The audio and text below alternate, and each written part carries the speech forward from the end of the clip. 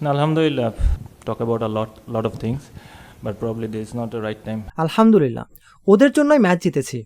তবে ব্যাটসম্যানদের উপর আমার অভিযোগ রয়েছে। শ্রীলঙ্কাকে হারানোর পর প্রেস কনফারেন্সে একই বলেন বাংলাদেশের ম্যাচ জয়নায়ক মাহমুদুল্লাহ রিয়াদ। দর্শক, অবশেষে শ্রীলঙ্কাকে হারিয়ে কষ্টার্জিত জয় পেল বাংলাদেশ।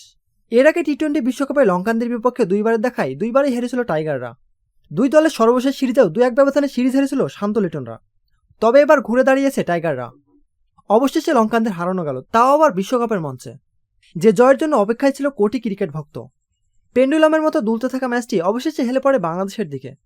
ম্যাচ জয়ে সবাই খুশি হলেও ব্যাটারদের পারফরমেন্সে হতাশ হয়েছেন মাহমুদুল্লাহ রিয়াদ।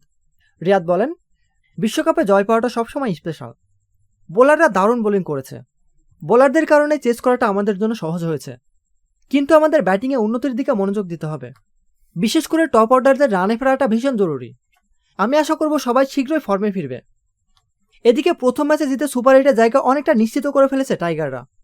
অপরদিকে টানা 2 ম্যাচ হেরে টুর্নামেন্ট থেকে শ্রীলঙ্কার বিদায় অনেকটা নিশ্চিতই বলা চলে। সুপার 8-এ যেতে পারলে সেখানে বাংলাদেশ আরও 3টি ম্যাচ খেলার সুযোগ পাবে। তো দর্শক, মাহমুদুল্লাহ রিয়াদের সাথে আপনিও কি একমত? একমত হলে কমেন্ট করে জানিয়ে দিতে ভুলবেন না। প্রতিনিয়ত খেলাধুলার আপডেট জানতে আমাদের সাথেই থাকুন।